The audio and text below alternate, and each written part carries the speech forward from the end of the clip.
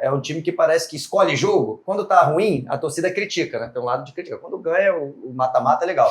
Mas fica realmente a impressão que esse Corinthians, assim, tem muito altos e baixos. Que quando você pega, caramba, quando joga contra o Palmeiras, quando joga contra o Flamengo, é um jogo que tá valendo. Esse time é bom, cara. Esse time é muito bom. Os dois laterais estão bem. Pô, o Bidu ontem achou cada passe, inclusive aquele que... Toda hora ele faz de fora pra dentro, do Felipe Luiz. O Felipe Luiz tinha muito esse passe, o Bidu tem muito ele. E ele achou o Memphis ontem uma bola linda. Quando é por cima, o gol anulado do Depay, né, que a gente ainda não sabe se estava ou não, que acabou a luz lá, o gerador, sei lá, enfim, pareceu que estava em posição legal. Enfim, Mateuzinho na direita, o meio é muito forte, né? Bidon vindo da base, o André vindo da base, o ataque, pô, não precisa nem falar, Depay junto com o Yuri Alberto. Só que tem jogos que ele vai muito abaixo, né? Eu acho que isso está casando muito com o Dorival, com essa característica de montar time para jogos específicos. E parece realmente que esses jogadores, eles dão um negocinho a mais. Tem um quezinho a mais no jogo que vale, e tem mostrado isso desde o ano passado, quando ganhou do Palmeiras na Copa do Brasil, no Campeonato Paulista, e quando precisou Copa do Brasil, tirou o Cruzeiro, e agora vai lá e elimina e é campeão em cima do Flamengo. Aproveitar então que o Conrado falou sobre essas estratégias para jogos específicos, você me ajuda aqui com o campinho? Né? Ajuda, claro.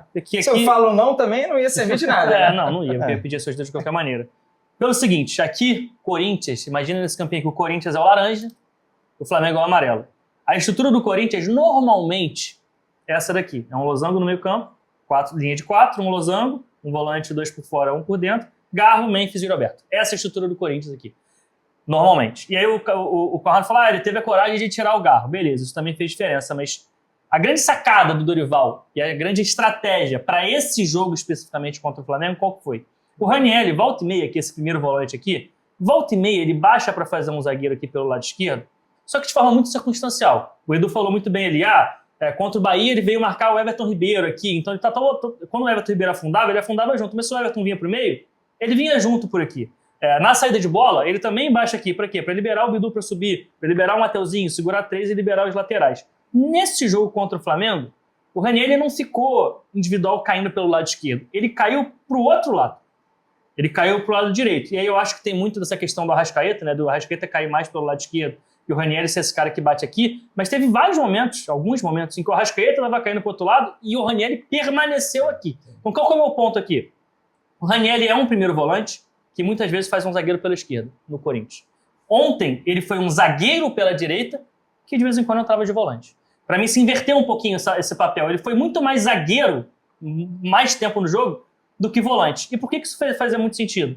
Porque deixava sobra na zaga. O Flamengo gosta de empurrar 5 jogadores na última linha. Se o Corinthians joga com 4, os zagueiros vão ter problema. Se ele viesse para cá, ia ficar um sozinho, ou então ficar aberto do outro lado. Então ele colocou o Ranieri por aqui para segurar esses 5 caras do Flamengo aqui. Se o Pedro baixava, alguém acompanhava. Se o Plata aqui baixava, também acompanhava. E se o Rascaeta baixava aqui também, o Ranieri acompanhava muito bem. E aí o Corinthians fez um tripé aqui na frente, né? Carrijo, Bidon e André aqui pelo lado esquerdo, e deixou só o Yuri Alberto e o Memphis lá na frente. E o Flamengo teve muita dificuldade de se desvencilhar dessa marcação. O conteúdo que eu fiz lá, que o cara falou que ia falar antes. Eu queria pegar um gancho dessa parte aqui, porque a gente fala muito do encaixe do Ranieri com a Arrascaeta, que foi, né, certamente um ponto. Aí o nosso capacete vai ter que ir embora. Vai voltar pra cabeça. A gente fala muito de obra falando, cara. Não, senão vai ficar feio pro corte. Você acha que você não vai passar credibilidade? Não, eu acho que do nada tem um capacete que não vou... Eu acho que esconde melhor, acho que fica mais bonito o capacete. Não, mas tá legal. A gente fala muito dessa questão do Ranieri com a Arrascaeta aqui, né, que foi um encaixe pra mim que criou muita dificuldade pro Flamengo, mas não só pelo Ranieri com a Arrascaeta, é pelo que ele gerava. E ele gerava esse encaixe aqui. Carrilho no Jorginho, André no Pulgar. E o que isso acontecia? O Flamengo não conseguia muitas vezes fazer essa bola passar no meio e depois esses caras serem acionados. O Jorginho e o Pulgar muitas vezes tinham que abrir para essa bola entrar direto no Pedro, entrar direto no Arrascaeta, sempre de costas. E como esse encaixe aqui atrás, né, esses 5 para 5 estava formado, o André e o Carrilho não ficavam em dúvida. Nunca. Porque eles tinham encaixes bem definidos nos 2 volantes do Flamengo. A pior coisa para um volante que defende o corredor central é ter alguém nas costas flutuando sozinho toda hora. Por quê? Porque esse cara começa a falar, pô, eu tô aqui no Pulgar, mas o Arrascaeta tá flutuando ali. Aí ele vem, sai, aí o Pulgar fica livre. Vai gerando homem livre em cadeia. com esse encaixe bem definido, e aí o Ranieri com a Arrascaeta permitiu que isso aqui acontecesse, o André e o Carrilho não tiveram dúvidas. Então o Pulgar e o Jorginho tiveram muita dificuldade. E quando a gente for entrar no Flamengo, eu vou completar. O Flamengo, com essa dupla de volantes, quando ele sofre uma marcação, pressão muito bem encaixada, o Flamengo tem muita dificuldade de jogar. E aproveitando o teu gancho e puxando o paralelo com o jogo do Corinthians no Brasileirão contra o Bahia. Quem assistiu esse jogo viu que o Bahia, o primeiro gol do Bahia, o gol do Jean Lucas, ele surge justamente de um lance em que o Carrijo fica na dúvida se ele marca o Jean Lucas ou se ele marca o Juba. Então o encaixe que o Dorival conseguiu fazer muito bem no Flamengo, no jogo contra o Bahia, que é um jogo de brasileiro, a questão do copeiro, ele já não conseguiu, porque o Bahia conseguiu se aproveitar justamente desses desencaixes de marcação. Então essa estratégia específica do Ranieri, como zagueiro pela direita, e desses encaixes que o Edu falou, que eu falei, cara, isso aí foi fundamental pro Corinthians ser superior no jogo. E lembrando que não é de hoje, né, que o Ranieri tá jogando na zaga, desde a temporada passada. Sim. E o Corinthians já tentou jogar com 3 zagueiros algumas vezes. Então por isso que é uma sacada muito boa, que é bom pro time inteiro. Tudo isso que vocês explicaram, mas o Bidu é um cara que sempre teve problemas defensivos, na carreira toda, desde o do Guarani. Ele tem problemas defensivos. O Mateuzinho, o jovem, tá vindo aí, veio do Flamengo, no Corinthians, eu acho que cada vez mais ele está se firmando como um lateral completo, mas fica melhor para os laterais também atacarem. E aí você lembra que lá na frente tem o quê, né? Vamos voltar aqui pro campinho de vocês. Lá na frente, né, é dupla de ataque. Não é time que joga com ponta o tempo todo. Então se você tem esses caras com liberdade para vir aqui, que são os 2 laterais, isso ajuda o time, né? Então defensivamente, o meio-campo, ajuda os laterais, combina com o time do Corinthians jogar com 3 zagueiros. Só que a gente vai lembrar outra coisa. O Corinthians teve problemas com os zagueiros. Achar a zaga. Não estão conseguindo achar 2. Como é que você vai jogar com 3? O Tchoca aí e voltou. Então ele conseguiu identificar no Ranieri um meio-campista capaz de jogar atrás e fazer essa transição, que também não é fácil. Você saber quando você vai para frente, quando você vai para trás. É bom no alto, que ele é alto também, então você não perde altura. Não é qualquer volante que você coloca lá. Não adianta você botar, sei lá, o André, enfim, o Bidon, vai botar do zagueiro, que ele é baixinho. E aí também, quando você tem a bola, ele tem qualidade para sair. Então, realmente, funcionou muito bem. Foi uma grande sacada do Dorival para melhorar esse time do Corinthians, independente como e onde você vai usar o Ranieri. Mas esse cara que pode fazer o terceiro zagueiro e pode chegar no gol. E esse encaixe no contra o Flamengo fez muito sentido, porque a gente falou, né? Normalmente quando o Ranieri joga de zagueiro, de fato ele jogou no ano passado algumas vezes, ele caía pro lado esquerdo. E aí ele não é canhoto, ele é destro. Quando ele passa a jogar do lado direito, e aí talvez tenha sido a participação do Gabriel Paulista como titular, tenha feito isso, que o Gabriel Paulista é quem jogou de zagueiro pela esquerda. E o Gabriel Paulista chegou essa temporada. Não tinha Gabriel Paulista na temporada passada.